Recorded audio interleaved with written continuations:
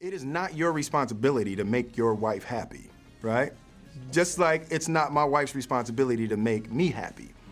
It's my responsibility to make me happy, and it's her responsibility to make her happy, and then we're gonna come together and build on that happiness.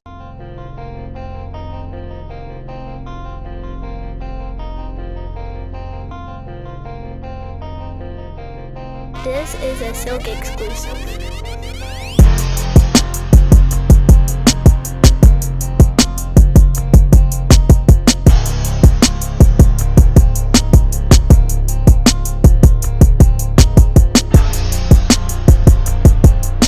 Welcome to another episode of Words Music Dance. You already know who it is. It's your boy Paulie the Bull. No relation to Gravano. This is episode 115. Shout out to everybody listening. Shout out to everybody watching. You know, I appreciate you. Make sure you comment so I can personally appreciate you. That sounds weird, but yeah. I mean, if you're cute, you know what I mean? But y'all know what it is. Today I got a full house here. Got the homies, obviously Jared and Lou from Homie Picks. Check them out. You know what I'm saying? They do their sports picks. Got the football picks happening every week. Tune into them. Shout out to y'all. You know what I mean? But we got some guys that I haven't seen on the channel in a minute. You know what I mean? Got Red Couch Rel. Wow. What's good, brother? Yo, it's black now, bro. It's not red. Oh, it's black. Oh, my fault. That's what we doing. That's what we doing. You got the black couch now. No doubt. It got the homie Gene, aka Mr. Banana, aka Mr. Gaines. What up? AKA Mike Vick's little brother. How's it going? What's popping with y'all? How y'all doing? How y'all feeling? How's life and things? Good, man. Good. Good to know. Good to know everybody's still here. We got smiles on our face. I like to see that. You know what I'm saying? We keep in touch all the time. You know what I'm saying? But it's good to see y'all. You know what I'm saying? Like I said, shout out to everybody watching. Y'all get to see us, see how we feeling. You hear the voices. You're gonna hear the energy. Because we got some good conversation gonna happen today.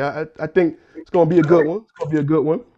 But before we get started, I just want to say, you know what I'm saying, I got a little announcement to make. The website is soft launch right now. It's not fully done, but it's available. 2021vision.com is live right now. Check it out. Click around, see some things. You know what I'm saying? One thing you will notice is there's a store. Got some merchandise. Got some hats. Hoodies coming soon. You can pre-order all this. You can slide in the DMs real quick. Once again. But business-wise, tell me what you want, what you would need, color, hoodie size. You know what I mean? Got these hoodies. This feel good right here. This is fresh. You know what I mean? This feel nice. Got my logo on my chest. This is a proud moment. You know what I'm saying? But so check that out. 2020vision.com. It's not a slash YouTube, not a this. You know what I'm saying? No offense to YouTube. I still rock with y'all, but it's my joint. You know what I'm saying? Go holla at me. I'm there. Yeah. All right. But let's get to these topics though. You know what I'm saying? Matter of fact, let me get comfortable because it get hot in this hoodie. You know what I'm saying? Ugh. All that merchandise. You got a whole jersey on there. It's like that, bro. You know, whole jersey. But the hat stay on. You know what I'm saying? The hat stay on. Shout out to the Yankees. You know what I'm saying? Wild card game. By the time this airs, would be yesterday. So we won. Lost. Let's go. Won. Lost. Whichever one works. But so let's get the conversation going. You know what I'm saying? Make sure you can feel me. Mic check. So episode 113, it was me, Jared, and Finney, and I asked Finney a question. I asked Finney, who is engaged to be married. Congratulations to him. Shout out to him. I asked Finney, you did mention that you're getting married. Yes, sir. I did. There was a question that Jared and I was having a conversation about that I'll bring to you, but we're going to dive deeper into it on future episodes and stuff when we get some females involved as well. But it's something that I had thought about was for men these days, what is the benefit of marriage?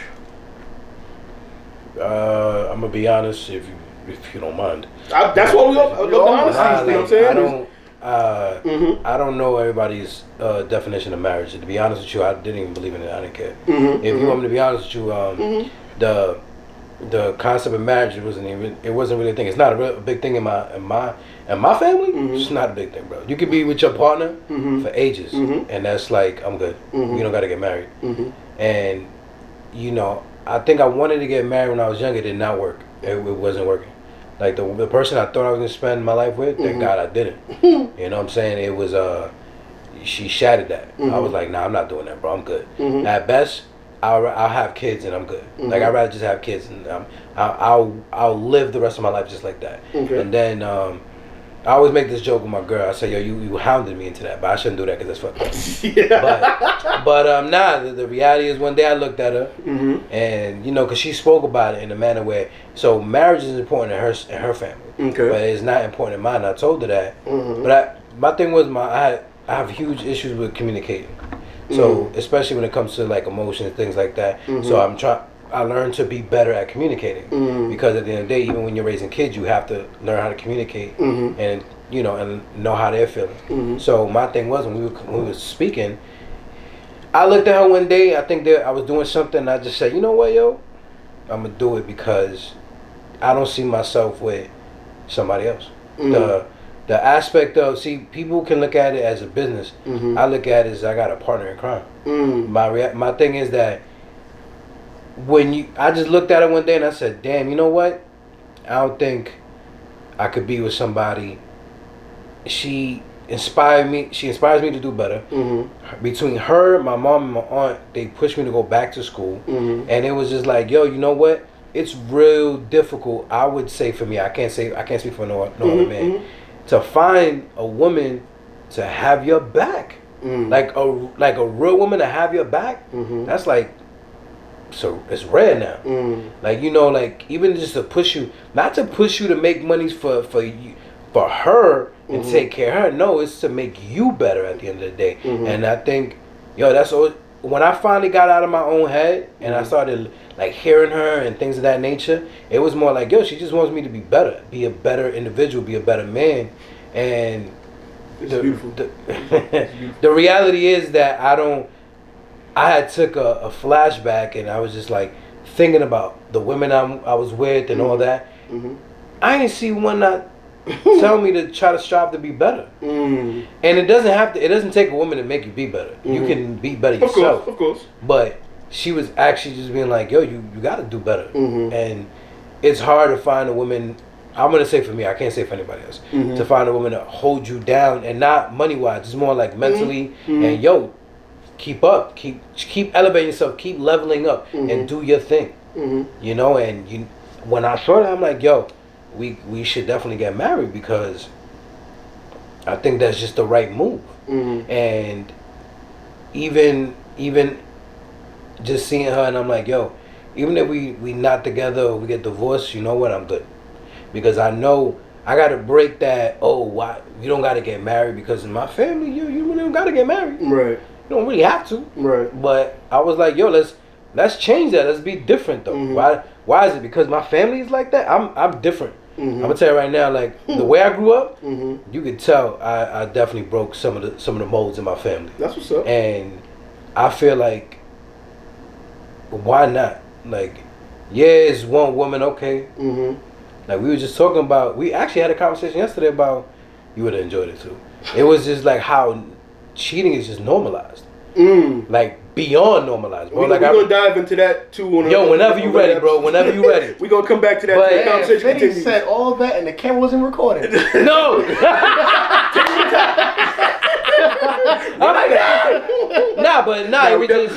But you know, like, yeah, we could definitely do later. But it was just like, you know, like why we can't normalize love and you know just building up our kings and queens. Like I don't understand that. Right. And I just want to just do better and be a better.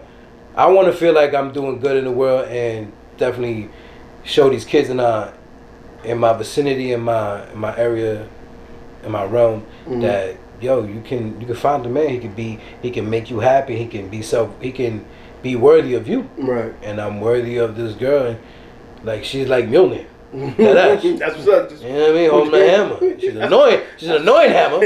Talks back to me, but I just feel like yo, why not? Like, okay. I mean, honestly, I think that's the best answer I could give you. Because I know people be like, oh, it's like a transaction, like a business, and I'm like, I mean, yeah, it kind of is, but y'all both gotta support each other at the same time. Better or worse than marriage and money. You know what I'm saying? And I don't think there is a right or wrong answer. So I definitely want to get more guys' answers from that. So we got a panel of gentlemen here today. I'm gonna ask the women as well too. We're gonna get the ladies on here. Ladies, I ain't forget about y'all. Y'all know what it is. Love y'all too. But we're gonna ask the men today, and we got a roster here of guys. So I'm gonna start with the married man. You know what I'm saying? The homie Gene. To you, what is the benefit of marriage for men? The floor is yours, sir. That's it's a multi-layered question that has multiple answers. Because I think as the marriage progresses, what's supplied and what you kind of demand, like supply and demand chain, it changes. You know, like what was needed 10 years ago for technology to get stuff done is completely obsolete today in order to be productive in today's world. So I think with marriage, it's the same sort of thing. You know, my wife cooking 3 times a week, that could have been good like 2 weeks ago. But maybe, you know, 2 weeks from now, I might need her to just, you know, rub my shoulders and tell me it's okay 3 times a week, you know? So that all changes with the time, what you're going through, what you need as a person as you grow mentally, spiritually, and emotionally. And I think that a marriage is ever evolving as long as those people decide to grow and work it out together. So I can't say there's a certain benefit like this. I believe everybody has different morals and different ideas of what marriage is as well too. So I could say, hey, it's this, and somebody say it's that. So I think to answer it, there's no short foundational answer on exact benefits of marriage. However, if we talk about contractual, then you know there's some things that's just solid by the law. And you know, everybody could go look that up and find out what all those things are. But a lot of people, when they hear marriage, they forget that it's actually a legal agreement. So that's why I wanted to speak to the other side. And not to get too personal, but if you don't mind asking. Yeah, she signed the prenup, man. Then I wasn't going to ask that, but thanks for, you know.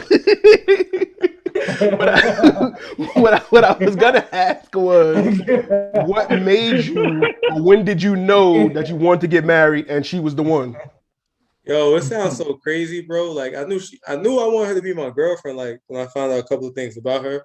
And then initially when I moved to New Hampshire, you know, that became a long distance relationship. But I did it because I had the opportunity to go, and I was in a bad place, you know what I'm saying? I was like kind of house hopping on my grandmother's couch, you know what I'm saying, at that time. And I had to move. And that move actually you know, benefited me to where I was actually able to get my first solo apartment without a roommate, 2-bedroom apartment. You know what I'm saying? Had the car and everything, my own place, and making more money than I ever made. So I had to make that move. And I said, hey, if she could weather this little bit of storm of distance, I'm gonna ask her to marry me, because to me it just was like another little speed bump that you have to get over mentally to be able to just show that ultimate trust in somebody, even though you can't see them day by day. So it was already in my mind that, you know, this is my wife. And then that came up as another, I guess, obstacle in our journey together. And we was able to clear that. But before we even cleared it, I knew that I was going to marry her. It took me like 3 months being up there. And her dedication to come up to see me was as high as mine, if not more. So I knew then that this was a person I wanted to make sure they fought for the relationship that we had. So I wanted to honor her, as they say, and make her my wife. So if anything happens, whatever I create belongs to her and now my son. So that's what's up. That's what's up. Beautiful thing. Go get, you know, allergies be acting up sometimes. You know what I'm saying? You know what I'm saying? You give me hope. You know what I'm saying? These days, all we hear about is divorces and things. Dr. Dre, Jeff Bezos. Yeah. You know what I'm saying? Miguel. You know. Well, I mean, it's over. You know, the divorce rate is over 50%. Yeah. You know, so it's 1, 2, 3, 4, 5 of us in here. That means if 5 of us is married, more than likely 2 or 3 of us will be divorced. You know. Speaking of which, Perfect segue. Oh, you like the alley? You like the alley? I caught that. You like the alley? I caught that. So I'm gonna catch it, and then I'm gonna throw it to my man Lou. Double alley. I don't know how deep, how much information you want to share, but You know, being on the opposite side of the spectrum from my man G, marriage is a blessing. I'll say that first and foremost. if you find the right person and it works, great. Being on the opposite side of the spectrum of having gone through it and now being a divorced man, I don't knock marriage still. I still believe in it, even though I'm not going through it. I would never do it again. That's just over and done with me for that. It's just too much entails into that. But like Gene's point, like marriage is forever, ever alternating, ever changing, ever growing, and some people settle. When they get married, they think, all right, fuck stops here. I done did my time. I got not. It's just gonna take it day by day and rinse, recycle, repeat again every day, and that's just not the case. Especially if you have kids involved, you have careers involved. All that stuff is forever changing and magnifying. And if you don't find that person to match your energy with the highs and the lows, it ain't never gonna work. Gene does give me hope. Like, hey, I still preach marriage in a positive light. Because everyone needs that backbone, that person they lean on. That ride or die. But yeah, it's some people just can't grow together. Some people outgrow each other. The needs for one outweigh the needs for another. And the video you sent me was spot on. I know we're gonna touch on that. But yeah, it's not for everyone. I have friends that plan on never getting married. And then I have friends that that's what they're looking forward long term. And me being Malcolm in the middle, I'm like, bro, just do what you need to do for you, but don't lose yourself in that process. That's the one thing I can take away from this is never lose yourself in the process. A lot of people get caught up in the I need to give, and not get. And then other people get caught up in the I need to get, and I ain't gonna give you nothing. So you gotta find that equilibrium, that main balance, and hopefully it works, but never ever lose yourself along in that process is my biggest advice there. So to you, Lou, what's the benefit for men in marriage? I mean, for men, for me, honestly, I really can't see a benefit. I can't. The benefits of being married, it's tough. It's probably the hardest hat a man can wear. Because once you put that hat on, like there's another level of pressure that you have to live up for. You got to provide, you got to nurture, you got to educate your kids, there's so many different hats you have to wear. And some men, they don't know how to juggle those hats. Like, you get caught up in being a provider and then you lose intimacy with your partner. You get caught up in the intimacy and like, shit, like how we going to make it, next paycheck because you forget about the providing part. So for men, being a married man is the toughest job you can ever take on. It's right up there with being a parent. Because again, there's expectations when you get to that next level. I tell all my friends, your relationship changes 3 times. When y'all move in together, when y'all get married, when you have a kid. Like your relationship changes in 3 different phases. And you have to be ready to adjust to those changes in each phase. Again, don't lose yourself in that phase, and don't be afraid to have your conversations with your partner. A lot of times people get into relationships and they stop communicating. Mm-hmm. And when people say, oh, how you stop communicating? Well, you can talk every day about, hey, what's for dinner? What's the plan for the kids? What's going on this weekend? Small talk. And not have a conversation about what y'all dealing with together and separately. Mm-hmm. People have stress at work that you may go home and talk to your significant other about, oh, babe, this is what happened today at work. But you may not divulge, like, my boss beat my ass down today on the conference call, and I felt like shit afterwards. You may not feel comfortable as a man. Right. You may not have comfortable coming to your significant other like, yo, babe, today work beat me up. Like, men have a hard time displaying that kind of confidence and just vulnerability to women because, again, you got to be the provider, you got to be the man, you got to be the macho, and me speaking as a Spanish man, that's how Spanish men are raised. Like, you check yourself out the door, put your big boy pants on, and kept it bucking. Now we get into a day and age where men should be okay talking about how they feel. What's depression? Depression for men was never talked about, till recently, because it was never a safe space to do so. It was always stop being a girl, put your pants on, and stop crying. Like, nah, it's okay to cry. Like, I tell my sons all that all the time. Listen, it's okay to tell me how you feel, even if it makes you vulnerable, because it's okay to be vulnerable. So those are just some of the stuff. Again, like if you don't grow and change and have a conversation with your significant other of what they're dealing with on a mental, spiritual, sexual level, and you just go through the flows of every day, the progressions of, hey, the kids did this, pack up the kids for this, what's for dinner, how was work? Okay, take a shower, watch some TV, go to bed. You just punch it in and punch it out. Like you ain't even put no work in. Mm-hmm. And this is why we have these conversations, because, I don't know everything, but I know somebody who might know, who went through, who could relate to, what I'm saying? And I pull from, all my surroundings. So that's why I got, you guys here to speak to it. And we had these conversations, and that's that's what this is all about, because now we're going to swing it to the single men side. Rel, currently, are you single still? I don't want to prejudge. No labeling. Oh, right, you told me that, what I'm saying? I don't want to assume your status, what I mean? That's still the case. Have you ever been engaged? Have you ever? Yeah.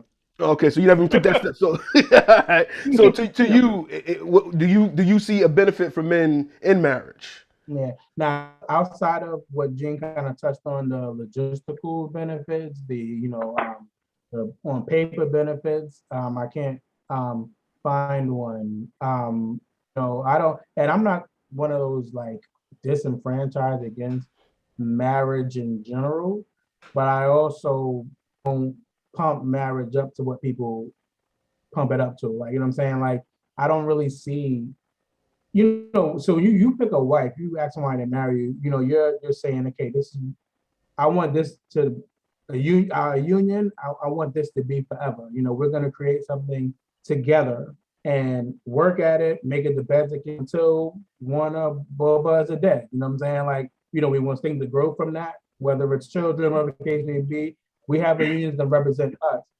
But outside of you being religious, I don't see why any of that you need to be married to do any of it. Like like that's the things that married people do that people in a relationship could do. The difference is logistically, because if you and a woman decide, look, you're my person, and she says the same for you, and I don't ever want to be with anybody else, and you say we're gonna work at this and make this relationship work forever, all you guys are missing are all the financial and logistical benefits that married people have. And if that's cool with y'all, then you shouldn't feel any pressure. A lot of what society puts on marriage and just gender roles in general, it does people in. Like, I think the expectations in a relationship should only be governed by the two people in it. So if whatever our things, as long as we cool, it don't matter who's not. Like, all my homeboys, you like, nigga, that's what you do for your shorty. Like, you do like that. All of them can be like, yo, you bugging. If I'm good and what I'm in fulfills me, and it fulfills her, there's nothing else. There's no other factors. If we have children, then that's another factor. Then it gotta serve them. Like, it has to work for them as well. But everybody could not. They could be like, yo, you do this and she does. I could never. And that's cool. If you could never, I feel you. You could never. No.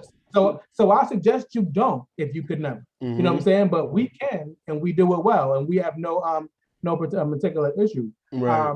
We see people, get into marriages because, and especially, shout out to the ladies, ladies feel pressure to be wise, like just to be wise, like, like just to be able to say like, hey, I'm not single anymore. I'm 30 this, 40 that, and I'm a wife, because so much is put on that. Like they put so sprinkling and seasoning on that title, so that a woman feels like at some point I haven't made it unless I can say that about myself. And if marriage is a goal for you, that's fine. But it needs to be a goal because you understand why you want it and why you get into it. It shouldn't be because everyone has told you that you should be a wife.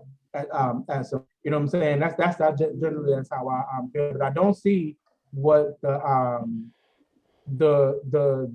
benefit for a man is, because I felt like everything a man can get out of it, he can get out of it out just not being married. Outside, again, like I said, of all the financial and legal benefits and stuff like that. Because a lot of those things, I don't sneeze at those benefits because they are pretty serious. And when it comes to goals you and your partner might have, those things can help you immensely. So you need to look at all those things. But just married, like, and I know from a religious standpoint, when you're living that way and you're trying to live in that light, it says you need to have that. You know what I'm saying? So if that's what you're following, and I believe that should definitely be in your sights, because you obviously want to live according to who you've given your life to and have decided to follow. But I mean, if that's not really your path, it's not really what you're doing, you should only be doing that if that's really in your heart and that's a goal of yours. You really shouldn't let anybody make you feel a way about that, because everybody's thing is for them. Everybody's ideas are for them and what they've been taught and how they feel. And it's cool if they want to tell you, but like, you need to live your life for you. And we'll come back to that, what's for you and so forth. Jared, have you ever been engaged? Have you ever, proposed to someone? Have you ever went through that path or? No, I never have had the pleasure going through that route. There's women that I've come across that I have envisioned as one day taking that threshold step with, but nobody has come close to that phase yet in my life. Okay. For me, I answer the question of what benefit do men have in this? It does touch to actually all 3 points that's been made so far. And it kind of comes down to the same point. Financially or through its legal process, that's where the benefit you get from it. Outside of that, it is no different than being with somebody long term as boyfriend, girlfriend, or just as because even in some states they have a common law marriage thing, so you can just be with somebody forever. Right. They just and through that state, you are together on paper. But for me, I'm not against marriage. I'm for marriage, but at the same time, I think marriage should only be it's the only step that you would say that this is the person that I want to be obligated to that person. Like, I'm with you, I love you, I respect you. We have built so much. We keep evolving. We're changing. Like, you are my rock, I'm your rock. So why would I not want to give you those extra, financial or legal benefits that come with that title? Granted, it's and I said, for men, we look at it differently than women. For women, most women were raised to, be wives. That's kind of that, you're raised to be baby makers and wives. For men, we're meant to be the providers and protectors, and we have different perspectives on what these things look like. And society definitely is, like Terrell's point, society shouldn't tell you what you should or should not do, what you should do when it comes to that. Like, if you are with that person, y'all have that relationship, y'all have that respect and so forth, then, that's for y'all to decide what to do after that. Seeing Lou's side of it, he has been on that side where he's taken that step didn't work out. So he can definitely speak to the side of, of knowing how he feels in terms of, that process. Gene is still in that process, of being, happily married or just being married, period. Like, that's the baseline, is being married, and being happy with that, is another level to that, because that means they're continually wanting to progress and evolve and, and see how this thing comes to, to higher levels. And I think, for me, I have that kind of respect for it also. It's like, I do one day I have no problem with that one day, taking that step, because to me at that point it comes down to me saying we're doing all this so much, so why would I not want to give you that extra, the extra benefit to that, especially as a business owner. I definitely know the side of what legally, what kind of breaks you get, under law versus trying to do things on the side, like, in wills and living wills and so forth like that. Not saying, I don't have any money like that, but there are people who do have, that kind of benefit and so forth. You can't just claim, oh, nah, I'm supposed to get, X, Y, and Z because I'm with that person. It's like, nah, you have no standing to shit. Yeah, like who are you? That goes to, X, Y, Z, and so forth. So sometimes about covering your ass on certain things also. But yeah, that's my ideas on marriage. Got you. Like I said, I just wanted to get you guys' viewpoints on this question that I've seen floating around some places. Like I said, to me, I don't think there is a right or wrong answer. And I agree with what you guys said. To me, the only real benefit, I believe, like Gene said, is kind of that support system, that other person, which the needs or requirements will vary on a case-by-case basis, on a day-by-day basis. You know what I'm saying? There is no real concrete, what do you do? What do we do? It's what do I need right now? What do you need right now? What do we need right now? And that's the variable that has to be maintained and has to be monitored for both parties. Are you good? Yeah, are you good? Like, so it has to be that back and forth, and we got to make sure we're taking care of each other. So we're gonna, like I said, that question is gonna definitely come up. The conversation continues. That question is gonna come up in some future episodes as well. Ladies, I'm curious to see your perspective, and we're gonna get the female side of it as well. We're gonna talk a little more about that, future episodes as well. Just don't want it to be about us. You know what I'm saying? We definitely gonna dive a little deeper into that. There's no lies in it. You know what I'm saying? But recently in the news, Will Smith, who is promoting, his new movie, he's playing Venus and Serena's father in an upcoming movie. I believe that comes out mid-October, something like that. It's November? I believe.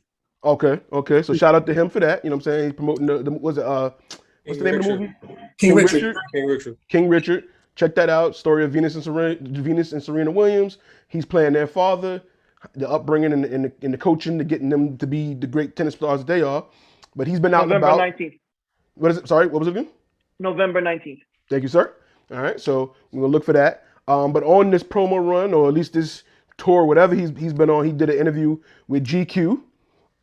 And long story short, Will basically told us that water is wet and fire is hot. Because he revealed that him and Jada had been in a sort of open relationship, a sort of agreement between them for freedom of some sorts. You know what I'm saying? So speaking to what Rel said, a couple of us have said that, the perfect relationship isn't for everyone.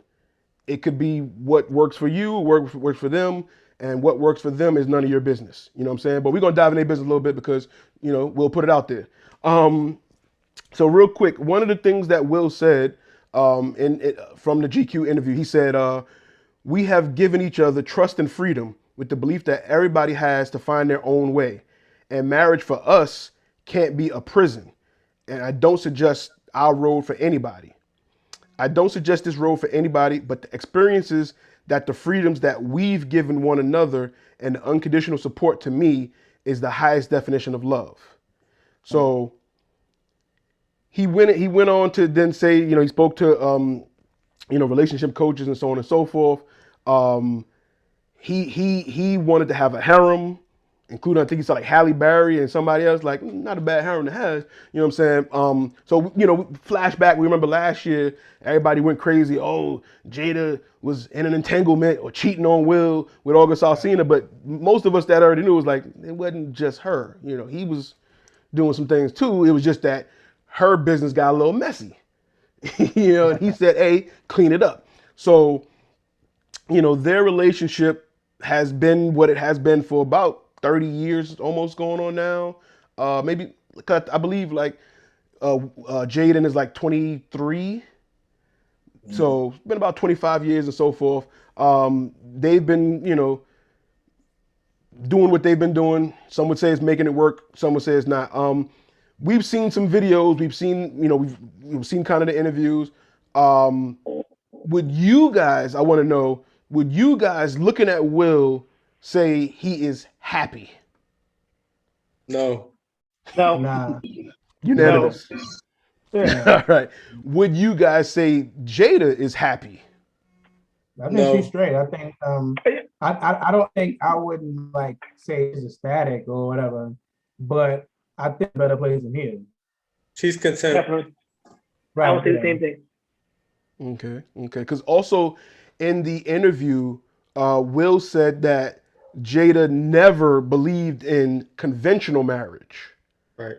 So, what would you guys say is a conventional marriage, and what did you take from that statement of his? So I think when people use the term conventional marriage, it's, you know, two people that are married and obligated and faithful to one another. You know, there's no stepping out is looked at as infidelity, and you're made a commitment to be with one another, no one else. That's probably what he means by that, which is interesting to me because when he says Jada was never, he doesn't say anything about himself. So it sounds like, you know, like he was never down with this, and because I love that shit, I fuck with it. That's what it like kind of Yeah. like, you know, like what he's saying. I'm not, you know, obviously, you know, been through all this time, but you know, I think if that was like something they were always on the same about, it would have been a, hey, you know, we have never subscribed to Right. you know, to a conventional marriage. But he's like, you know, well, you know, Jada never really fucked with that. You know, it's kind of it came off kind of. Yeah, well, if I may, so you gotta listen to, like, there's a lot of key words in his statements and a lot of combinations of synthesis, so that way you can read between the lines. You say marriage is not supposed to be a prison, and then you combine that with what Rel just said about Jada never being a fan of conventional marriage. Pretty much, Will was coming from a place, in my opinion, of unconditional love, to where he's willing to give all of himself and some to show this woman that I'm willing to give you the world. Down so much to where their property is called her lake. Right? Yeah. Right, yeah. Mhm. Which she doesn't even appreciate it. You know, I watched the Red Table Talks before all this. I've seen interviews and everything, and I mean, listen, man, the one for Jada died back in '96. You know, in her mind, and Will just happened to be the guy that, when we go Pick up back the to pieces. talk about marriage, what do women benefit from? She's getting all the benefits of having that provider and that protector, but also her freedom to act like she's a woman that is not married to one man. And of course, again, like you said, that's their business. A lot of people can say minded, but it's out in the public. We're here sharing opinions, and you know, my opinion is not from a place of judgment. It's from a place of observation. And with me, with my 2 eyes and thinking, you could tell that Will was very hurt and devastated. Not the fact that she was with August Alsina, but the fact that you embarrassed me after I gave into something that I was totally against. Because if you know Will's story, most of the things that he does in the form of pleasing women is because he really never had that stable foundation. So everything that he's been trying to accomplish for these last 25 plus years with her was coming from a place of abandonment, unfortunately, to where he always felt like he might have been the problem, to where his mom and dad didn't work out, to where his relationship with his first son's mom didn't work out. So all those things are coming from, unfortunately, even a guy like Will Smith is coming from a place of trauma where he's trying to do some positive things, but unfortunately he ran into a woman that are using those things to be very advantageous to her life. A woman at 50 years old that's still learning how to love and finding herself is a woman that does not deserve to be with anybody. Amen. Bold statement. Bold statement. I mean, I kind of agree because at this point, if you haven't yet, then when? Right. When are you? When are you? Yeah. Yeah, I mean, 'cause to, people to compound it, like he allowed her to live this lifestyle. Now, not only did you live your lifestyle, it got into the public eye, and now I look extra stupid because one, I allowed it to happen, and then you're gonna do this in public, like you're gonna make it messy for me, and then you're gonna drag me to a red table and say it was an entanglement. Like that was tough for me to watch because Will just sat there and took it still. Like, I seen him slap her. In my mind, he reached across that table and slapped her. Yo. God dang. Like he's trying to clean it up, and here you are saying that it was just an entanglement. Right. Because Will stressed it was a relationship. She tried to avoid. Nah, you was serious with this kid. But that comes down to her accountability and lack of it. Like till even getting put in the public eye, she still wasn't taking any accountability. Like it wasn't that important to her how he felt. It was more of like, well, it was out there. You knew about it, so this should be the surprise there. Well, all right, but look where we're at now. Now I look stupid, and you over here trying to cover it up, saying it was just an entanglement. Yo, that's crazy, Lou. What you just said. You're right. Like we know, and ladies, excuse me for generalizing, but we know with most women, accountability is a hard thing for them to accept and take on. It's a hard pill to swallow. And that's for any human, but we know more so like women really have a hard time doing that. Like Jada used these words and these euphemisms to make it some sort of righteous thing, like helping. I was helping August, and I just landed on his. You know what I'm saying? Like, come on, man. You like. It's always the yeah, but. Right. Yeah, but you did it. Yeah, but you knew about it. Yeah, but okay, that's going to excuse you from the fact. To throw it back on Will to make it seem like it's his fault.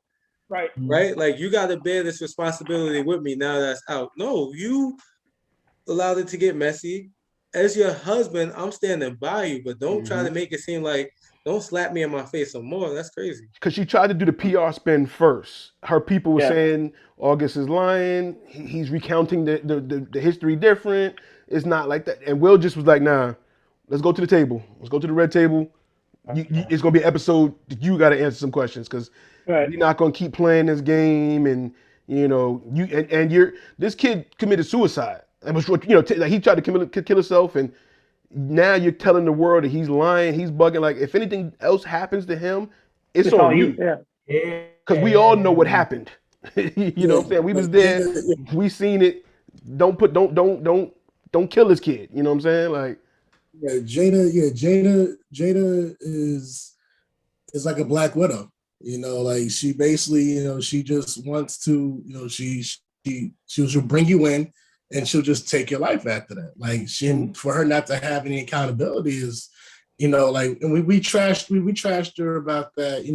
Most people outside of that public eye spectrum or outside of Instagram, her fans, whatever, people trashed it for that because you clearly see how you're much older than this kid, so.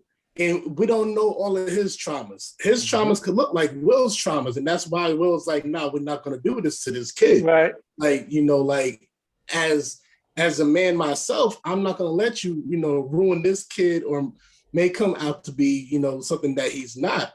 And the whole unconventional idea, we're not even talking like how like Dr. Umar has 2 wives. That's even like this is past that. Like the whole like in like Gene and Lou say, it's Will had this idea of what marriage was. One man, one woman, or however you want to call it today's standards, woman, man, but it's still 1 and 1. It's the relationship of 1 and 1. It's not open to all. It's not a monogamous relationship, but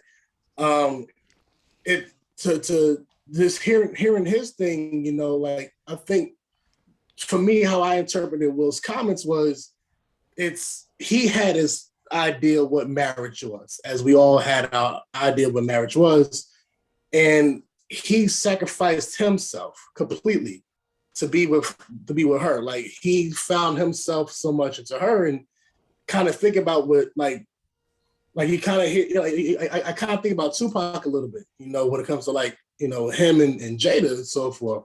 It's like, when he could say, like, I loved her that much, but, we never were like that. And that could also speak to like Jada could just have love for somebody else. She could have been that woman that had that love for somebody else and never wanted it. And, she probably would have gave all herself to one person. Since that never transpired, she wants to, do her own thing. But to not want to be in a prison, like Will's saying, this is all Jada's idea. Not wanting to be in a prison, not wanting to have a conventional marriage. And it's like, well, since he couldn't have that, he still found himself so much into her. He just gave all of himself into that. So it's like at this point, Will is kind of trapped in his own decision. At this point, you can't renege 30 years later, but like, well, this wasn't what I wanted the whole time. No,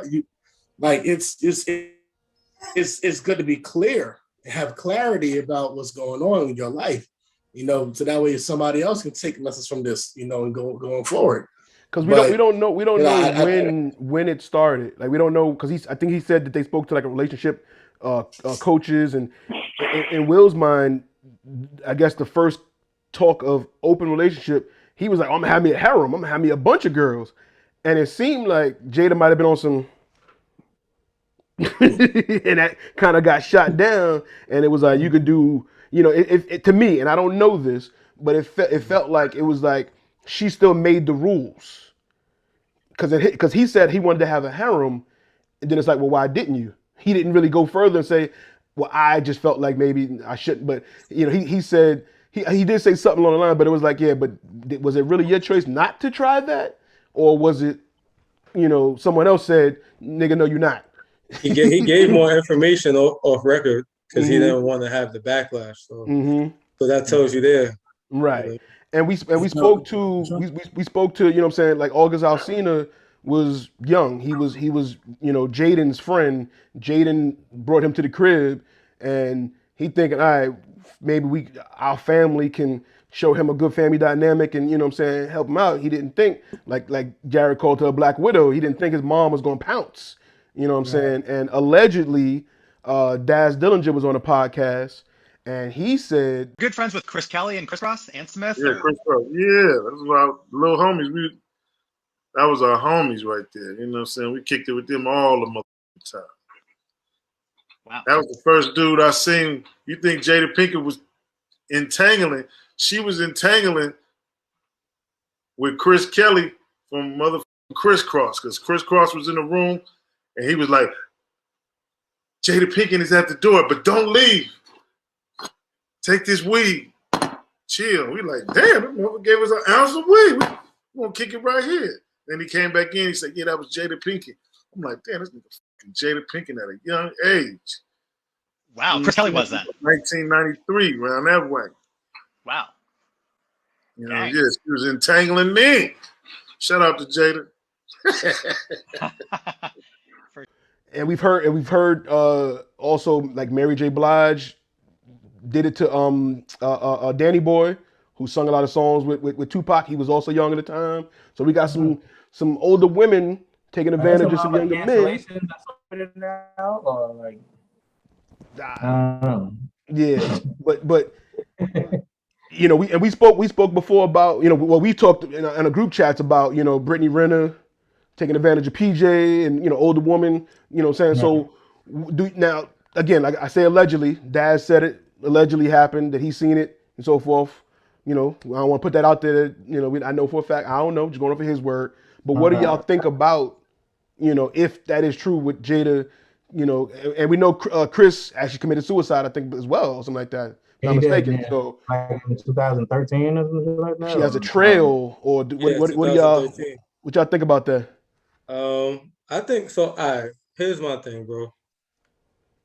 I think, I know some people are gonna be mad, right? Talk your piece. The views and opinions of the guests are solely theirs. Do not reflect the opinions of a 2020 vision. Y'all could DM me if y'all want to debate. I'm all for it. Send me all the smoke. So if charges, let's say if it happens, if there's an actual track record and charges are brought up, they have to be pursued, and it has to go through the proper channel in the court of law. And the reason why I say is because I think about two black men, Bill Cosby and R. Kelly. And no matter how you may feel about their music and their art, what they were accused for and found guilty of is just flat out wrong. Now, if you still enjoy their stuff, cool, that's up to you. You can look at Bill Cosby back in the day and say what he was doing was a cultural thing, right? So you can even put that along with Jada being in the music, well, the entertainment industry, mixed with music. You could say, oh well, it was a cultural thing. That's what everybody did. The woman was sleeping with the young cute boys, but then if you look at R. Kelly, he's sleeping with these young cute girls. He's in jail like forever and on racketeering charges somehow, and all type of stuff. So when I say that, because I definitely believe in protecting women, protecting little girls, and I think that to go back to the point again about men supposedly having that shell and everything, that sometimes the world forgets that you got to protect little boys so they can actually grow to become the proper men that you are looking for them to be. Because if you have those experiences at that age, a lot of times it's hard to function as an adult male and a married man because your sexuality 100%. Is all jacked up. 100%. You know what I'm saying? Like your sexuality, you can't really give yourself fully. You don't really understand things, and you have more of a carnal sexuality than an intimate sexuality, to where you allow yourself to become vulnerable with somebody that's supposed to be your life partner. So with that being said, if that's true, if people want to charge or somebody digs up the case and it's true, then she gotta pay the piper. No pun intended. Yeah, that was good. I paid the piper. Yeah. If it's true, like if that's true, that's disgusting. As disgusting as it is, they wouldn't say what Bill Cosby did is disgusting as what R. Kelly did. It's not really different. I'm quite sure too, if that was in, a lot of people around him was probably giving him props, like, oh yeah, you smashed it. Yeah, but they don't understand that little nigga wasn't ready for that. You know what I'm saying? Like young boys are not ready for sexual relationships with grown women. What they're feeling, what they think they're getting from that, even if they're telling themselves like, yo, I'm just having sex with this woman or whatever. That's something they telling themselves because they want to keep it going. The woman is telling them like, hey, this ain't, you're not my boyfriend. You know what I'm saying? Like, we're doing this, whatever the case may be. So they're trying to keep up with that. Like, yeah, I know. But inside, little Chris Kelly heart probably beating down his chest for her, But if that really went down like that, then something definitely has to be done. I mean, I don't know how you said it happened. Obviously, I'm quite sure if the word has gotten to her, and if it goes any further, I'm sure she put enough statements like that. I mean, got a smear campaign or whatever the case may be. But if they come, I mean, obviously you can't ask him.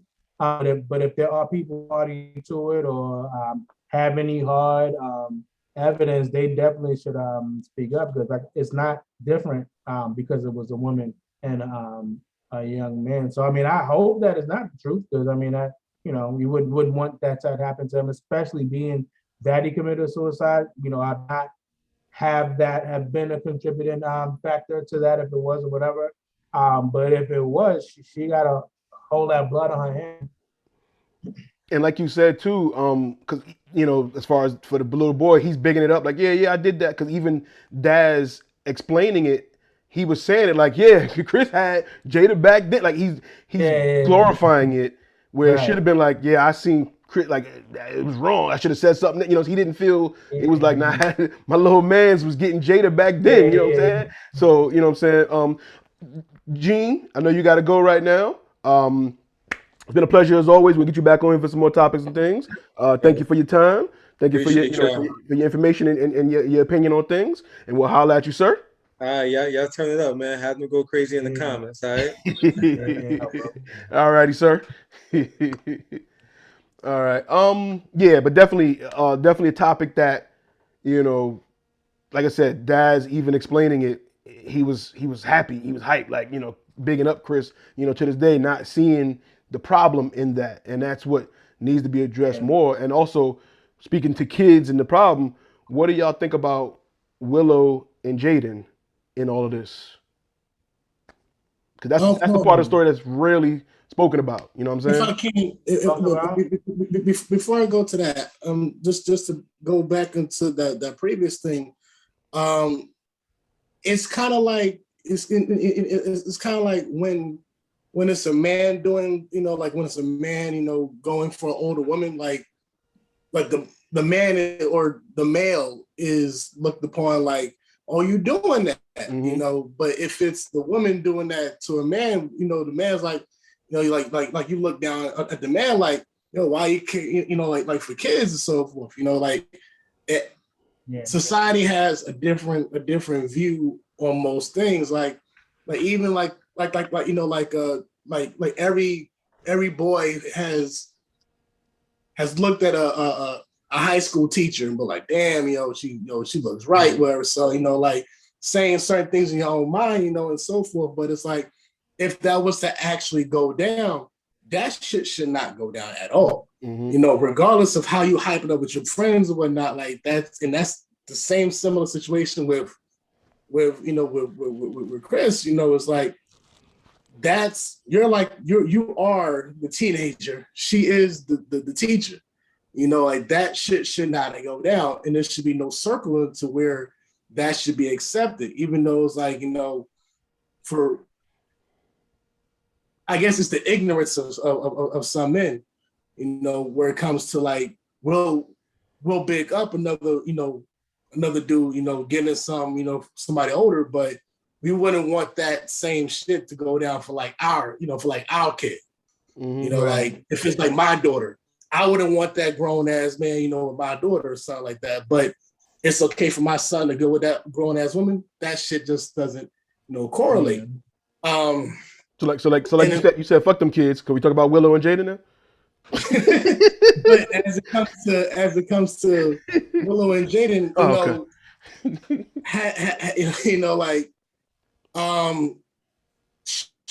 they should feel embarrassed, and I know but it's not even so much embarrassed for them own selves. It's embarrassed to be a part of this, because they kind of benefited from the freedom that both mom and dad have given them. Like we look at them like you're weirdos at times.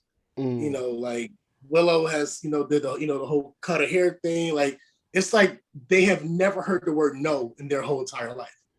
Jaden can do whatever he wants to do. Like wears whatever he wants to wear and so forth.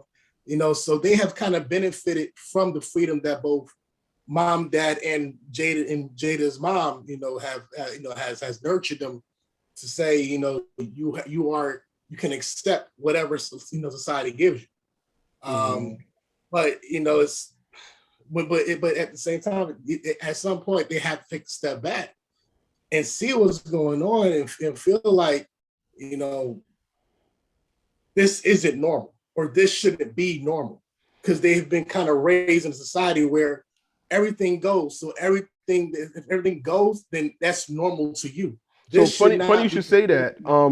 After the Red Table Talk, Willow made a statement saying, to be able to see you and dad do that for me, that was like, okay, that's the real deal. That's real love. Like when you can be like, I'm with you, I'm going to stand by you, and I'm going to hold your hand because I love you. That's really important. So I can understand that standpoint.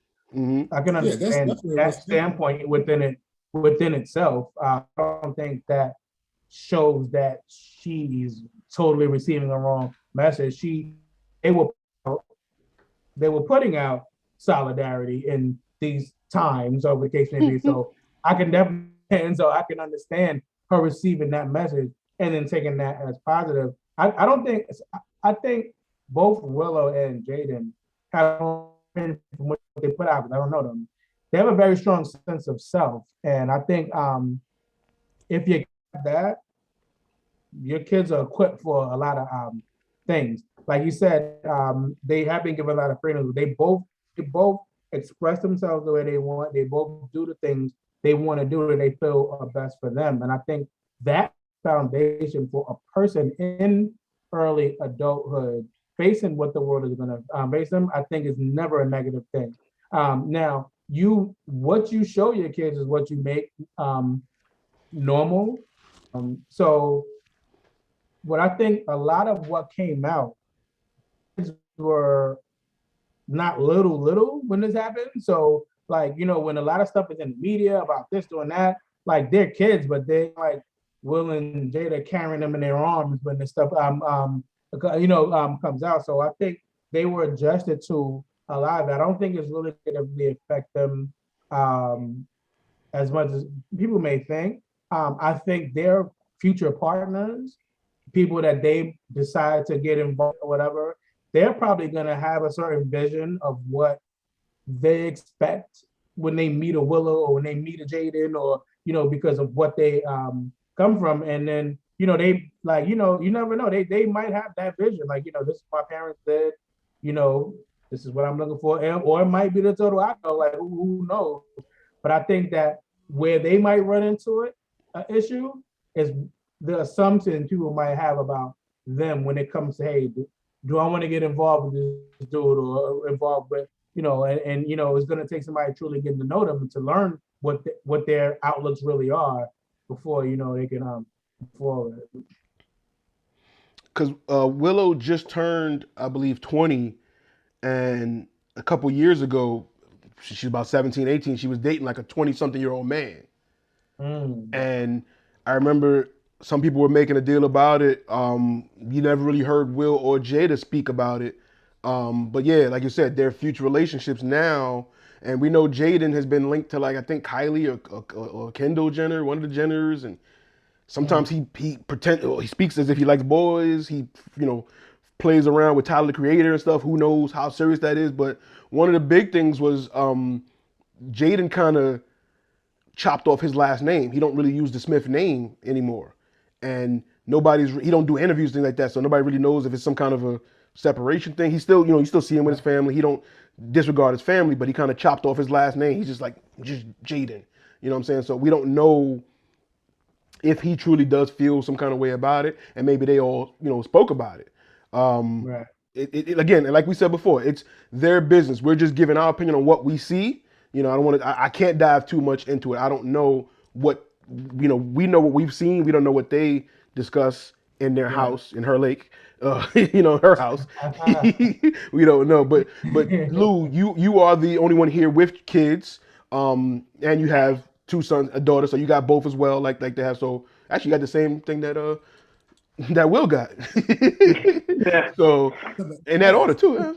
Okay, but. What's your thoughts on, like, how do you feel like the kids, what the effect on the kids and you know, this situation? And it's different for them being in the limelight, you know. You can't relate directly to that, but being a father, what's your thoughts on that? Yeah, I mean, everything's magnified, especially with them in the limelight. The biggest thing I can preach is, even if shit is going haywire, parents have to show that united front. You know, they have the benefit of the kids being much older. So I guarantee they had a conversation with the kids like, hey, listen, this is going to come out. This is what I was going to say, you know, would be said. What's your take? But I think they groomed their kids well enough to be independent enough and to deal with any kind of derogatory stuff that comes their way.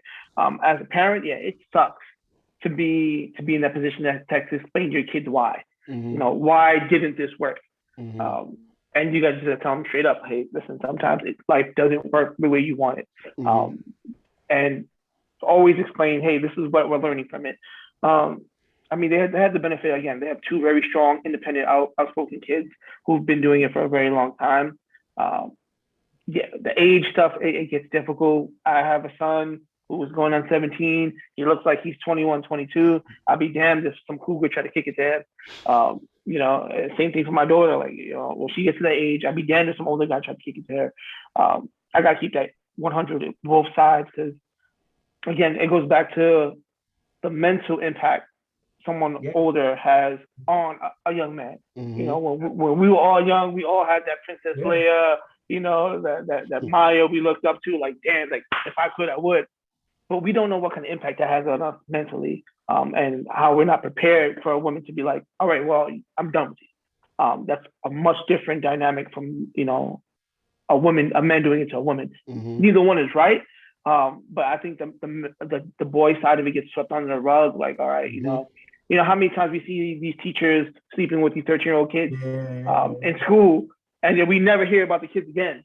You know, we hear about the teacher going to jail or getting this, X, Y, Z. But when it's a girl, like that girl's story's put on the front cover. We checking up on her 5 years later. Seeing how she's doing. So the male impact on it isn't heard loud enough because it's frowned upon to be like, okay, you complaining you slept with a 22-year-old while you complaining. Right. It has that weird dynamic to it. But all you can do is, again, try to protect your kids the best you can and educate them from your experience. And so I hope Jada and Will took this experience and be like, hey, don't let us be you guys in the future. Take our mistakes and learn from them. And don't be afraid to make your own mistakes. So I'm hoping they had that conversation. It's the same conversation I had with my kids. But yeah, the male aspect and how it affects you mentally, I pray that it's not true for Chris Kelly's sake, because you think about it, 10 years of that having an impact, and then seeing Jada go on to be with Will, and he's like, well, why not me? Like, why was I not rich enough and I make enough money enough? So I pray that that didn't have a lasting impact on him. It's not true, because again, men's mental health, it gets swept under the rug so easily. Even Will Smith, like we're talking, this happened like last summer, and yet we still haven't really divulged in how much mentally it impacted him. In that GQ article, he said he started traveling without security. He started taking trips by himself, something he's never done, because it impacted him so profoundly that he had to go find himself on his own. And for a Hollywood A-lister to say like he's traveling through airports without security, you got a lot of mental issues you're dealing with then. If you don't want no security with you while you're traveling across the country. And we've seen his social media presence has gotten more active. He was on the bridge and doing like skydiving. He was just doing some stuff, and it's like, we don't know. That might have meant something to him. Maybe it's something, a bucket list he never wanted to do. Maybe it was something to take his mind off of things. You know what I'm saying? We now kind of retroactively look back and say, okay, he was doing this for a purpose. This just wasn't because he was Will Smith. It was he was rediscovering himself. He gave himself 30 years to Jada, and everything was her needs. Like, I'm doing it for her, And then when she's like, well, I'm doing me. 30 years later, and you're looking around like, that birthday party was the biggest thing. Turning point in our relationship for me happened when I turned 40. That's when I had a midlife crisis. Yeah, your 40th birthday was my low point. The day after her 37th birthday, I hired a team to orchestrate her 40th birthday. I had hired a documentary team. I traced Mommy's family roots. Her 40th birthday was going to be my thing. It was going to be a splash. It was going to be a splash. Mary J. Blige performed. I debuted the film, all of that. It was going to be the thing that lifted her out of this midlife crisis, and it was going to be my deepest, most beautiful proclamation of love, and we did it. Oh, she's holding it together. She's getting it together. Then I have Mary J. Blige performing. The whole time I'm like, the little boy that wants mommy to say everything was wonderful, right? And she's having a really difficult emotional time. And I say, well, it's okay. We'll just wait and see. I just wanted to have intimate time. And I was like, well, I'll cancel tomorrow. She was like, it's my birthday, right? And she's told me that the party was the most ridiculous display of my ego. Crushed. Right? And to this day, I know I was crushed because it was true. It wasn't a party for her. And even after all of that, he said it was my ego. And she was like, yeah. And it was still like, wait. No, he was trying to validate himself in her life. Like, he was trying to point. He was really trying, like, he was seeking approval, in my opinion. Like, he's trying to be like, yo, look what I did. Like, I support it. I smoked that. And in all actuality, she didn't ask for none of that shit, but it was like, he did it so he could be like, well, see, look, I did some shit that's worth it. But, like, he took 3 years planning it. Right. And I don't think that was ego. I think even that, she downplayed it and he still took the blame. It didn't come off as ego. He's famous. I know Mary J. Blige. I know so-and-so comes singing. But it still did come up to me as self-serving, though. Like, like as far as he did it for her, but he needed to be able to say he did that for him, not necessarily to pump himself up, but to be like, look, like I'm needed. You know what I'm saying? I think like, it was a validation. It was a validation, right? You know, right, to validate his position in her life. Who else would have, you know, like, so if not for me, like, how would your 40th birthday would have went? You know, like this. Look, I went. You could tell, like, see, you need me. You know what I'm saying? Like that's generally for me. And at the end of the day, it's because he didn't feel worthy enough for her. Right. So that's why I feel like they still downplayed it and threw it on him, where it should have been well, why did you go so hard for me? Yeah, because I feel like I'm not doing enough, or I feel like that would have been a great question for her. Even if she would have said, "Yeah, you did that for you," it would have been nice for her to say, "But why did you feel you need to do all that?" Mm-hmm. Right. And then, but again, that comes down to that miscommunication that they don't have. They don't have that communication. 63 is to plan something that she ultimately didn't want. Like, that's benoodles to me. Mm-hmm. All because you guys don't have that relationship to communicate. Like, hey, listen, I feel like I have to go jump off the Empire State Building to show you, you know, look, Jada, look. Right.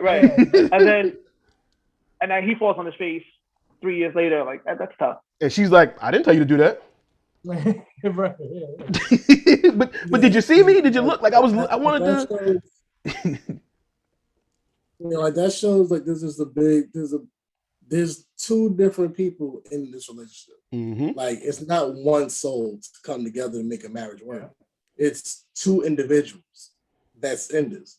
Like, and Will has this expectation, or he has this view of how this looks, and Jada has her own thing. That's why I kind of think that story what Dad said is true, because that it kind of sounds like August. Flash forward, you know, like that all, and that's why I also don't know how they parent. You know, I know they give their kids, you know, full freedom to do whatever they want to do, but I don't know how Jada parents. Like how, because it'll be the pot kettle, it'll be the pot and the kettle. Like, how can she go and tell her daughter how to conduct herself when she does that shit? You know, she's a predator, flat out. She goes, she like, if that story is true about Chris, like I said, we definitely have proof on August. So who's to say that it's not true when it comes to Chris? Mm-hmm. You know, so if that's true, you know, to deny, like he could have, you know, even though Daz may know and so forth, he might have went around and told his friends, yo, I was with Jada Pink. Like, you seen him set it off, bro? I was with that. Mm-hmm. Like, I did so-and-so. And nobody believed, you know, then she probably, like, you know, dismissed him. And he didn't know how to handle that because he's a kid. He's a boy. And that's what happened with August. August made a song. He made a song about their relationship, I guess, at one point when they broke up or whatever, and she was still hitting him up. And he was trying to move on. And she still was texting him and trying to, you know, what are you doing? And he's like, yo, you're married. At the end of the day, you're with someone. And that goes to, like I feel that goes to her immaturity. I don't think she's ever grew up. You know, the same as how the same as how, you know, people can say like Michael Jackson never grew up. You know, he would want to be kids. We know his story. He never had a childhood. That's why he wanted to do so much and so forth. When it came to her, we don't know really what transpired in her life. But, you know, it's like, this is what you are right now. Like you, from what it sounds like from the outside look, it is like you take in these kids or these boys, whatever, and so forth. You mess with their mind. But because she is so self-serving for herself, she doesn't really care per se of how you feel. You know, so they get connected, they get caught up in the wind. And then she'll throw them to the side, discard them like, you know, like trash, and they don't know how to handle that. So she has a way of, you know, it's like the Black Widow thing. It's like she has a way of like injecting them with her venom, and they don't know how to handle it after that. And then I mean, and then after that, it's like you have this spin about just go away, and it's like, no, it's not just that simple. Like when you're actually inflicting yourself into people's lives, you have to take accountability to yourself. And that's why I don't know if she can even go to Willow and tell her how to conduct herself as a woman, and so forth, because it's like you really don't, you yourself don't even know how to really handle yourself. So how can you really tell her what to do and so forth? Because if you're looking at past incidences and you don't know how many other people that there are in between, Chris, back in the 90s and August and late 2000s, you don't know how many bodies are in that mix. You may never know that. Right. But it's like you can't tell your young daughter how to grow up when you yourself haven't really grown up. And we know Will. I mean, we see Will, and I asked earlier, do you guys feel like Will is happy? We don't know. But from the outside looking in, we all agreed he really don't look happy in the situation. And we said Jada looks like she's content, but she still likes to pick on these projects of younger men to fill that other void of hers because she can't fix Will. Will's Will Smith. He's one of the biggest movie stars. You know, as far as rap goes, a lot of people don't respect his rap career, but first rapper to get a Grammy, great storyteller. He's respected by those that know in that light. So it's like, you know, she can't bring him up. She can't upgrade him. You know what I'm saying? And at this point, they've both said there's nothing that can break them up. They're not getting a divorce. It's not happening. Do you think that either one of them are pushing that limit to see if there is something that could be the void, or y'all feel they will not, you know, there's nothing that can be done to separate them? I think that Will is far gone, so I don't really think there's anything she could do that will make him be like, you know what, like I signed up for a lot of shit, but I ain't signed up for this. I don't think there's nothing that she could do to get him there. You know what I'm saying? And vice versa. She's good where she is. So I don't know what he would have to do some wild, like, I don't know what he would, but it would have pretty crazy for her to say, well, she, you know, but I think she feels like she's in a great fucking dude, you know. And I do believe that there is an actual, definitely a bond of love there of some sort. I do believe that exists between them. But one person, I think Will still to this day just isn't secure with who he is. I don't, because I think if you know who you are, especially by that age, you're just not agreeing and sitting for everything, bro. Like, you know what I'm saying? Like, you know, if you make a conscious decision with a woman to be in an open marriage, if you're not sure who you are, you'll do that when you don't really mean it. And I think that's what ended up happening. That's what she wanted. He wanted her. So, you know, like, fuck it. Like, now that we can have my harem, like, you know, like whatever, you know. But I don't really believe, like, you know, like that he was really down for that. But, you know, it was like that was the package. Like, with her comes that. And he probably said the harem thing thinking she would like try to avoid the whole open, okay, no, it's just us. And she was just like, you can't do a harem, but I was playing. Yeah, because he don't seem like that type to, you know what I'm saying? And I mean, again, we don't know, but we don't know. Now, has he been with other women? Whatever, I would believe so. You know what I'm saying? But a harem doesn't seem like his thing. Is that Jared? I feel like what Rel said is like spot on. I think the word of their relationship should have been boundaries, because I don't think anybody really set boundaries per se. You know, I think she set all the guidelines, not really him. You know, when she's crossed boundaries. So do I think there's anything that can, like, even though Will said that there's nothing that can break them up, that might be true for Will. When it comes to Jada, she doesn't have any boundaries put on her either. So she can test many boundaries. Will is at this point where he is too invested into what this is. I mean, I'm pretty sure she does provide some sort of comfort for him. She does have a purpose for him. I'm not sure if it's, you know, because he doesn't want to go through the whole divorce proceedings and see what life is without her, because I mean, at this point, it's kind of like you kind of have seen what life is with and without her, because she has taken on other side projects, to say for lack of better words. But it's like you still have always had her by your side. You know, whether it was a big movie deal or so forth, you still have always had her. So, and she's probably going to be the only person that he can see himself even having that conversation with. You know, like she knows what he's going through, you know, in terms of like that entertainment side of things. So I think for Will's side, I don't think he sees there's anything that can break them up, aside from Jada saying flat out, I want a divorce. I think that's the only thing that's gonna break them up. Well, he said even if she say that, he ain't gonna. Lou, what you think? What you think, Lou? Yeah, I mean, something real quick. I think they've been into it so long now. It's cheaper to keep her at this point. Honestly, that's exactly probably what he's thinking. It literally is cheaper to keep her, to go through the proceedings, split up the finances. You know what was signed in the prenup, what has changed over time. He done his dirt, she did her dirt. It's aired out. Like there really is not many skeletons in the closet left to push into that. We think, right?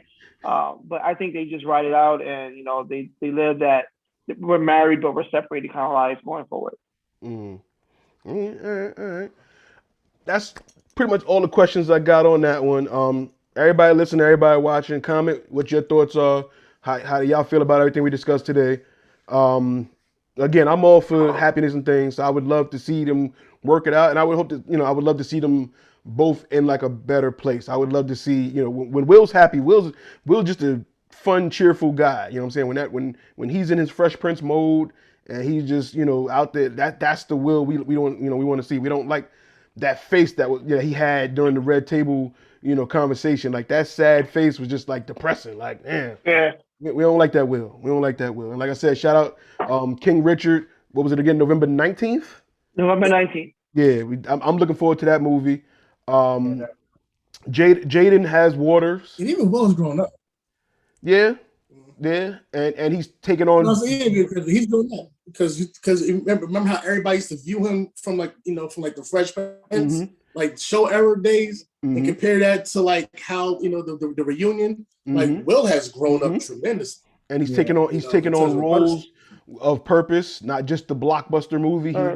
Like this King Richard role is a big role to. Can we get Enemy of the State 2? Can we please get Enemy of the State 2? Right. Please. I'm all for that. I'm with that. That's a classic right there.